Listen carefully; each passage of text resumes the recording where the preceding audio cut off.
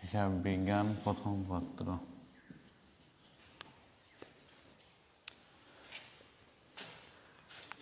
আজ করাবো জাবেদা অধ্যায়।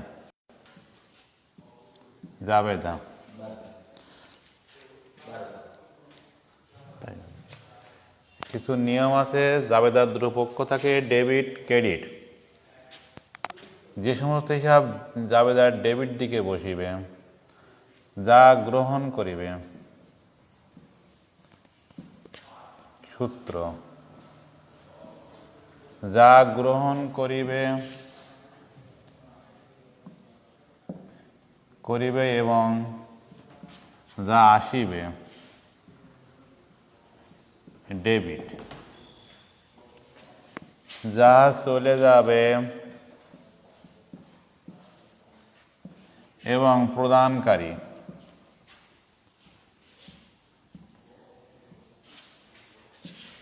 ক্রেডিট, যা আসবে এবং গ্রহণ করবে, যা গ্রহণ করিবে এবং যা আসিবে সব হবে ডেবিট, যা যাবে চলে এবং প্রদানকারী সব হবে ক্রেডিট। সম্পত্তি বাড়লে হবে ডেবিট, সম্পত্তি চলে গেলে হবে ক্রেডিট। যখন নগদ টাকা আসে বা কোনো সম্পদ তখন হবে ডেবিট, যখন নগদ টাকা চলে যাবে তখন হবে ক্রেডিট। যদি কেউ কোনো সম্পত্তি বা নগদ টাকা গ্রহণ করে তখন সে হবে ডেবিট, আর যে দেবে সে হবে ক্রেডিট। অর্থাৎ হিসাবের দুটি পক্ষ থাকবে, ডেবিট ক্রেডিট। ডেবিট সব গ্রহণকারী এবং যা আসবে, ক্রেডিট হবে যা প্রদানকারী, যা চলে যাবে সব হবে ক্রেডিট।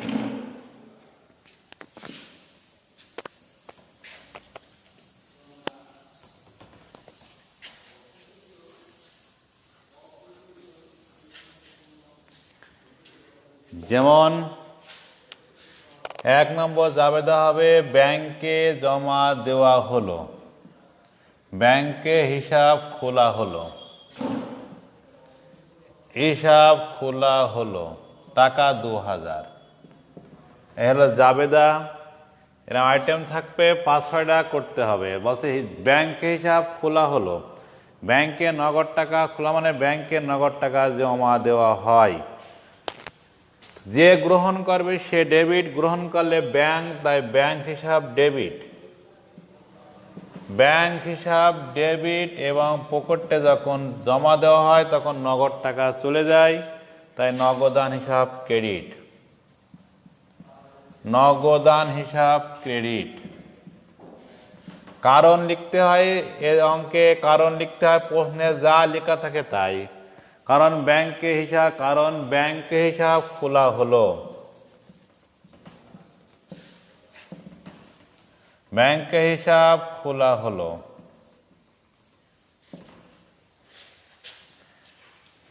পরের জাবেদা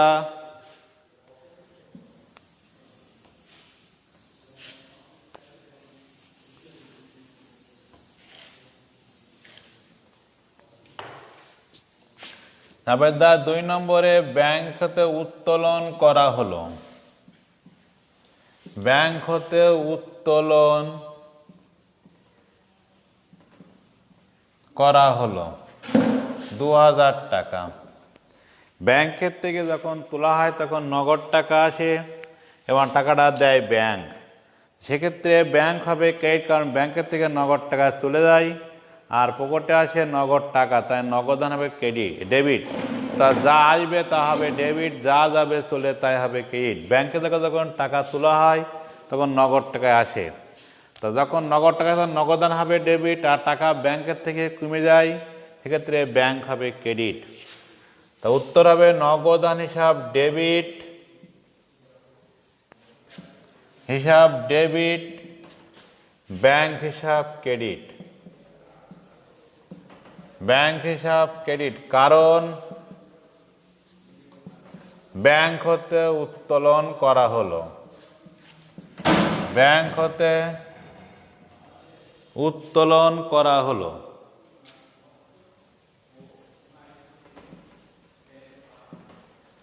কারণ ব্যাংক হতে উত্তোলন করা হলো।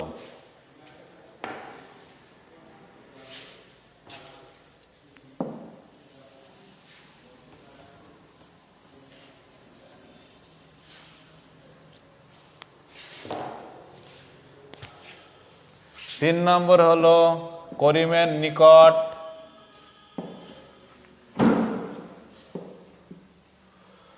হতে নগদে পণ্য ক্রয়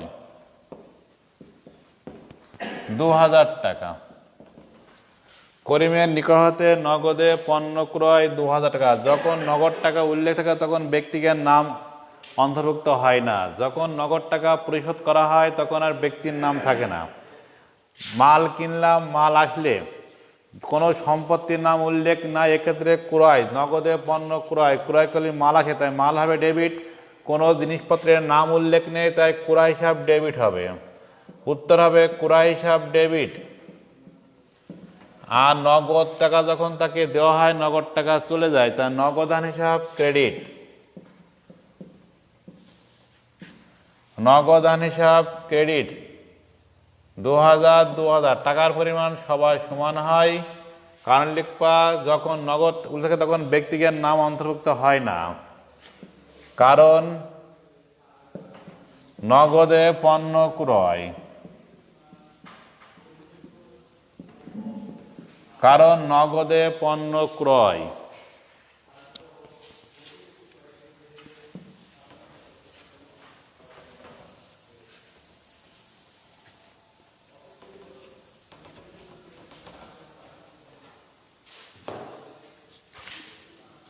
চার নম্বরে বেত কমিশন পাওয়া গেল। কমিশন পাওয়া গেল 1000 টাকা। কমিশনে যখন পাওয়া যায় নগদ টাকা আসে, তা কমিশনে পাওয়া যাচ্ছে নগদ টাকা, তাই নগদান হিসাব ডেবিট। কারণ নগদ টাকা আসছে তাই যা আসবে সব ডেবিট। নগদ টাকা আসলে নগদান হিসাব ডেবিট, আর টাকাটা পেলাম কমিশন বাবদ, কমিশন হিসাব ক্রেডিট। কমিশন হিসাব ক্রেডিট। কারণ কমিশন পাওয়া গেল, কারণ কমিশন পাওয়া গেল।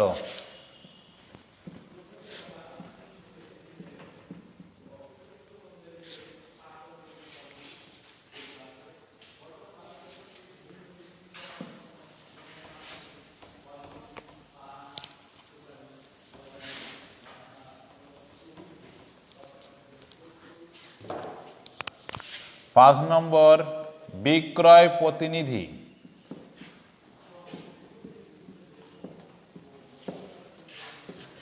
মিস্টার মামুনকে বেতন প্রদত্ত হলো, প্রদত্ত হলো 2000 টাকা। বিক্রয় করে মামুন, তাকে বেতন দেওয়া হয়, মামুন টাকা পায়। মামুন টাকা পায় কি ও বেতন পাবো, অর্থাৎ আমার বেতন দেওয়া আসতে পকেট থেকে নগদ টাকা চলে যায়। যাবে ধাবে যখন কেউ পায় সে টাকা পায় যায় কি বাবদ, বেতন বাবদ, তাই বেতন হবে ডেবিট। তখন ব্যক্তিকে কোনো নাম হবে না, কারণ ব্যক্তি টাকা পায় যে বাবদ সেই তারই নাম হবে, সেক্ষেত্রে ব্যক্তির নাম হবে না। তাই বেতন যখন প্রদত্ত মানে দিয়ে দেওয়া, তাকে বেতন দেওয়া হয়, পকেট থেকে নগদ টাকা চলে যায়, আর মামুন টাকা পায় কোনো ফার্মে কাজ করার জন্য বেতন বাবদ, তাই বেতন হিসাব ডেবিট। এক্ষেত্রে কোনো ব্যক্তির নাম হবে না। বেতন হিসাব ডেবিট আর নগদান হিসাব ক্রেডিট।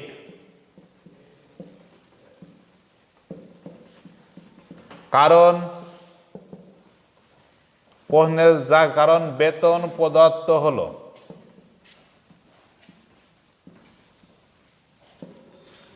কারণ বেতন প্রদত্ত হলো।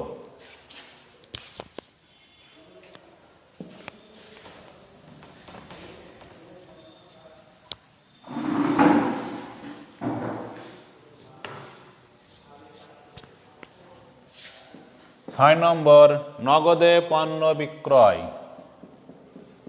নগদে আসবাবপত্র বিক্রয়। 1000 টাকা। যখন স্থায়ী সম্পত্তির নাম উল্লেখ থাকে তখন কোনো বিক্রয় বা ক্রয় লেখা যায় না, তখন সেই সম্পত্তির নাম উল্লেখ করতে হয়। আর যখন থেকে কোনো ব্যক্তির নাম, তখন নগদ থাকলে ব্যক্তির নাম উল্লেখ থাকবে না বা ব্যক্তির নাম লেখা যায় না। ঠিক আছে, নগদে আসবাবপত্র বিক্রয় কিছু ফার্নিচার বেচলাম, কিছু নগদ টাকা পালাম। এখানে ফার্নিচারের নাম উল্লেখ করা আছে, সেদিন সেই ফার্নিচারের নাম হবে, কোনো বিক্রয় লেখা যাবে না। যখন বেচা তখন নগদ টাকা আসে, যাবে তো হবে নগদান হিসাব ডেবিট, যা আসবে সব ডেবিট, নগদান হিসাব ডেবিট। আর টাকাটা পালাম বিক্রয় করে, কিন্তু সম্পত্তির নাম উল্লেখ আছে, তাই সেই সম্পত্তির নাম উল্লেখ করতে হবে। আসবাবপত্র হিসাব ক্রেডিট, কারণ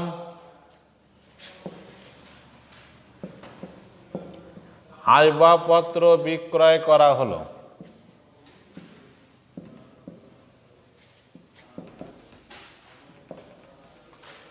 টাকা 1000, 1000।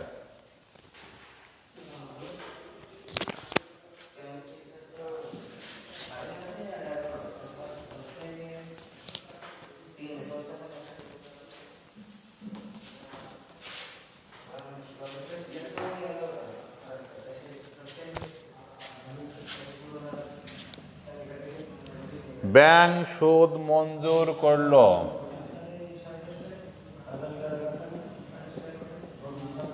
ব্যাংক সুদ মঞ্জুর করলো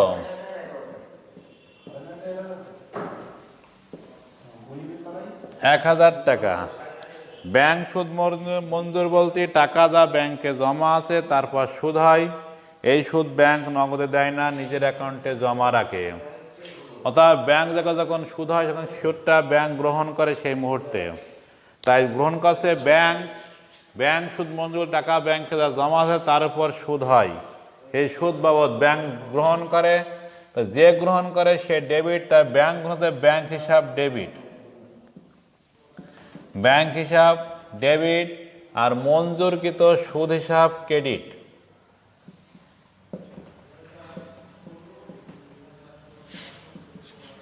সুদ হিসাব ক্রেডিট, কারণ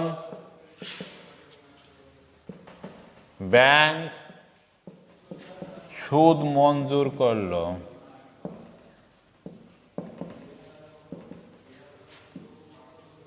টাকা সবার একই রকম হবে, ডেবিট ক্রেডিট টাকা সবসময় সমান হবে।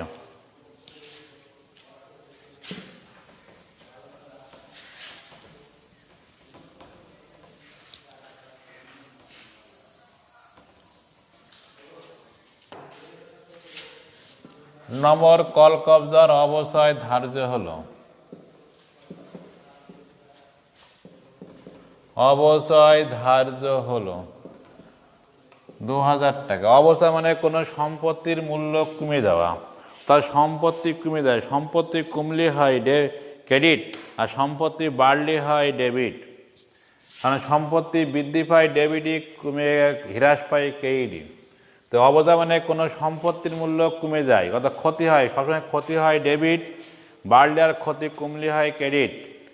তাই অবচয় মানে কোনো সম্পত্তির মূল্য কমে যায়, ক্ষতি, তো সে অবচয় হবে ডেবিট, ক্ষতি হলে ডেবিট হয়, অবচয় হিসাব ডেবিট।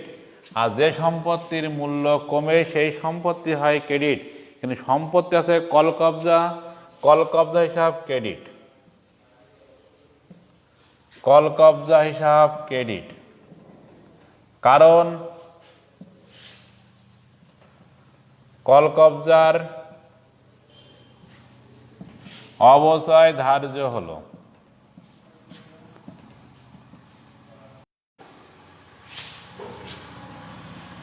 আর মেশিন সংস্থাপন ব্যয় নির্বাহ হলো। মেশিন সংস্থাপন ব্যয় নির্বাহ হলো 1000 টাকা। মেশিন সংস্থান বলতে একটা মেশিন পুরো ঠিক করা, এটা সম্পূর্ণ ব্যয়। একটা মেশিন যখন নষ্ট হয়ে যায় তখন সম্পূর্ণ ঠিক করতে হয়। এটা সম্পূর্ণ একটা নতুন মেশিন তৈরি খাড়া করে ঠিক করা হয়, একে বলা হয় সংস্থান। নগদ টাকা চলে যায়, নগদ টাকা যায় কি বাবদ? মেশিন মেশিন সংস্থাপন ব্যয় হিসাব ডেবিট,